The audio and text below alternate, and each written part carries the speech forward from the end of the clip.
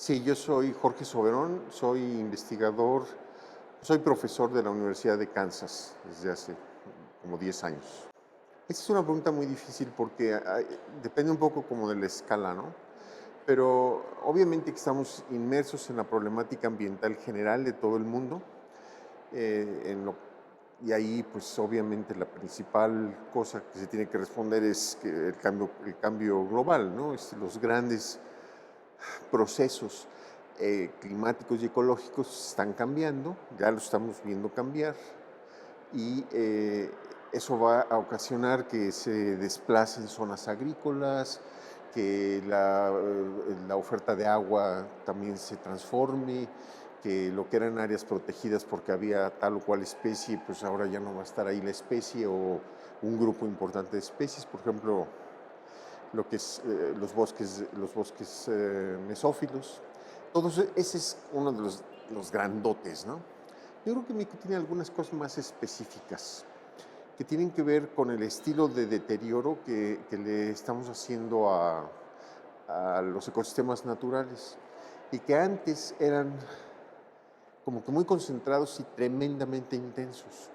Los grandes planes que se hicieron durante décadas en México, desde los 50 los 60, el plan Uspanapa, el plan Chontalpa, todos esos, el plan Balancán de Nosique, todos estos grandes esfuerzos del gobierno que llevaban a que se transformara radicalmente una zona.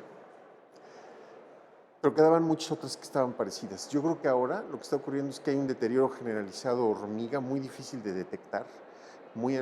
Hay mucha anécdota, pero es difícil percibirlo bien desde el satélite y cosas por el estilo.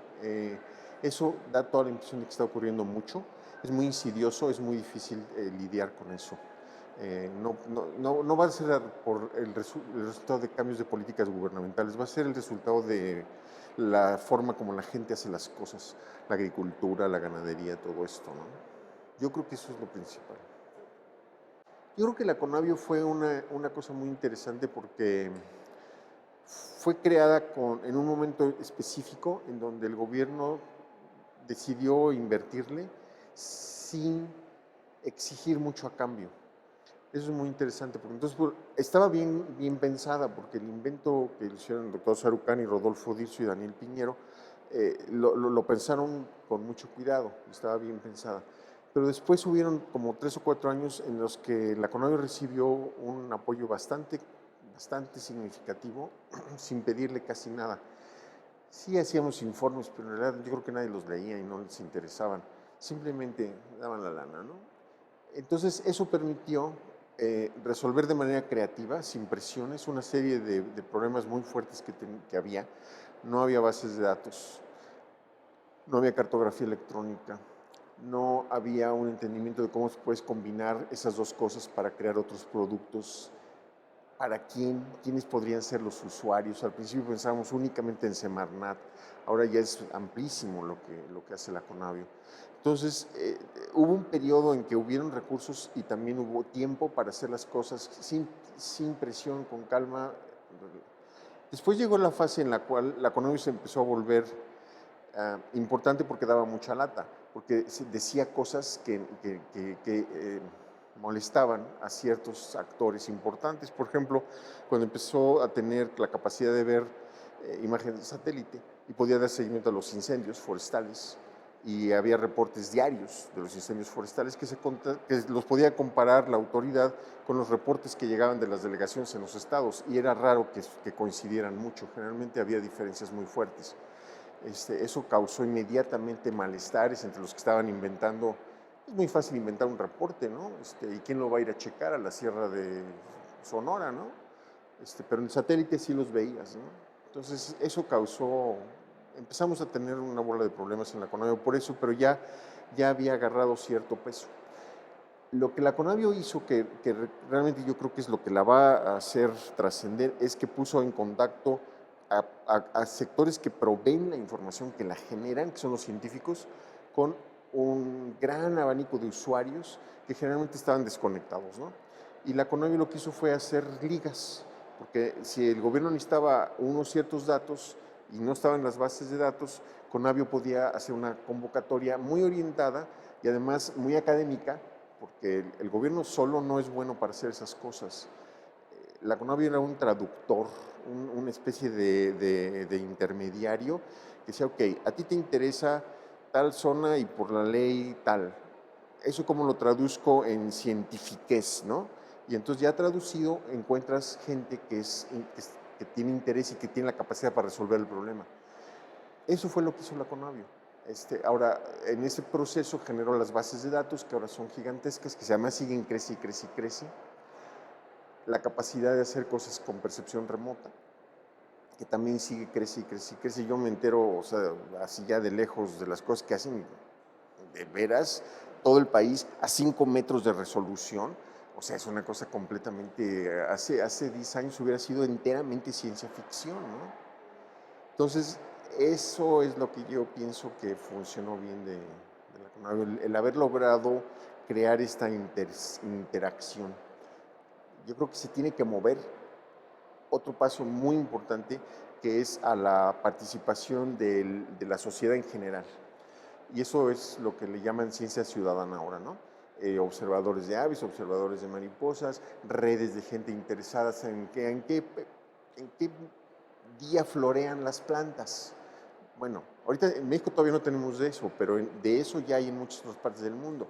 Y son redes de ciudadanos que lo único que hacen es anotar sus plantas, en qué fecha florecieron, y eso se va a internet. Y al rato tienes una base de datos en donde estás viendo cómo está cambiando el clima y cómo las floraciones se adelantan o se atrasan. Lo que ya podemos ver con aves, porque a ver, aves ya está gigantesco, con iNaturalist, con el naturalista, que es la cosa de la CONAVIO, en donde sectores amplios de la sociedad pueden contribuir. Y entonces hay una transformación, porque entonces ya no es una sociedad pasiva que está esperando a ver si llega un experto y le dice la neta, ¿no? No, hay una participación real. La participación de niños de escuela secundaria se va a internet, pasa por algunos filtros y se convierte en parte del acervo nacional. Eso es una cosa padre que está apenas empezando y yo creo que por ahí va a ser, sí, sí, sí. Son los que tienen la capacidad de transformar las cosas importantes. Obviamente son los gobiernos. El federal maneja áreas protegidas, presupuestos muy grandes.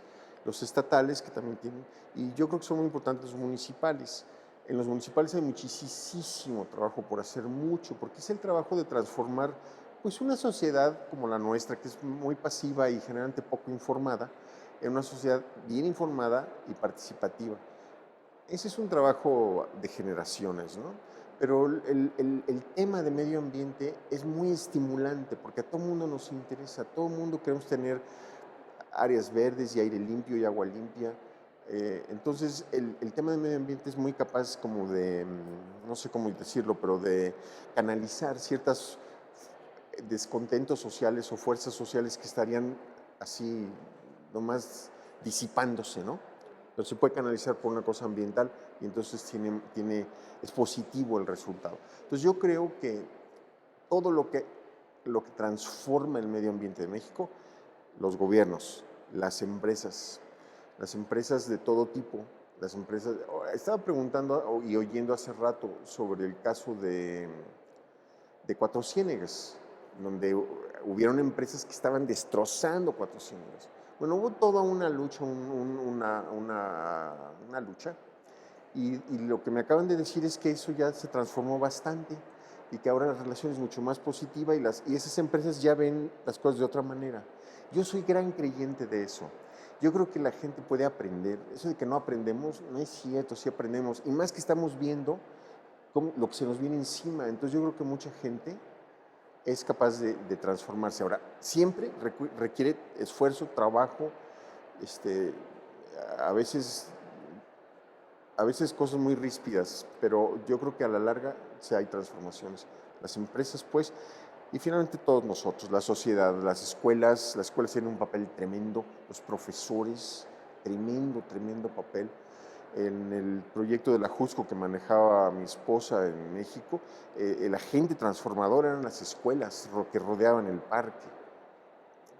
todas las escuelas agarraron el parque como su tema y su ámbito y trabajaban en él muy intensamente. Entonces, esos son como que mis reflexiones. Algunas son más fáciles. Si estás a nivel federal, pues puedes ir a hablar con un secretario de Estado y es un individuo, ¿no?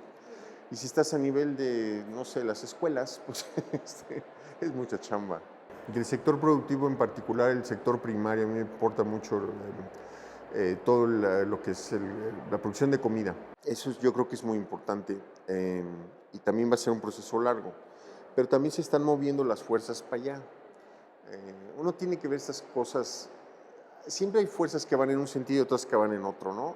Yo creo que las que van en el sentido de sustentabilidad agrícola, menos insumos, mejor utilización del agua, métodos agrícolas que no destruyan el suelo, diversificación, producción con menos agroquímicos, como producciones orgánicas, ciertos movimientos sociales medio radicales como el veganismo que hace que la gente opte por ya no comer tanta carne, cosas de ese estilo, eh, son las contracorrientes de otras corrientes muy fuertes, económicamente muy poderosas.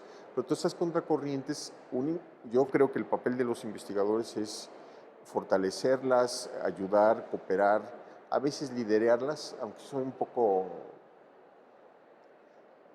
Siento que el papel del investigador es otro, pero ciertamente colaborar, ayudar, proporcionar información, educar, participar en procesos educativos, porque luego también el investigador se educa bastante estando en ese tipo de cosas. La universidad es un medio ambiente muy estrecho, ¿no? Hay que salirse y ver cómo funciona el mundo de veras. Esos son los procesos que van a transformarnos. Y yo también soy muy optimista. Estaba oyendo hoy en la mañana la plática del posthumanismo. Yo no veo cómo podemos ser posthumanos si lo que somos humanos. O sea, me encantaría ponerme en el papel de las almejas y pensar como almeja, pero no puedo.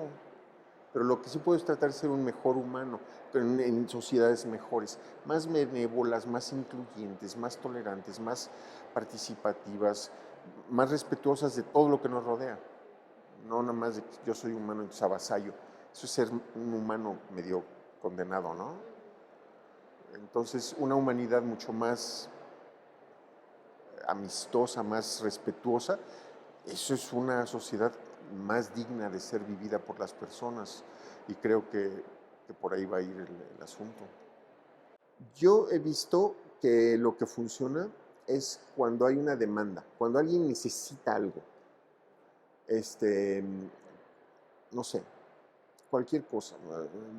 Está bajando la productividad o hay que mantener un bosque productivo, como por ejemplo los bosques, las comunidades forestales de allá de Quintana Roo, que demandaban respuestas de grupos de investigadores y entonces poco a poco los investigadores se fueron involucrando en procesos de largo plazo.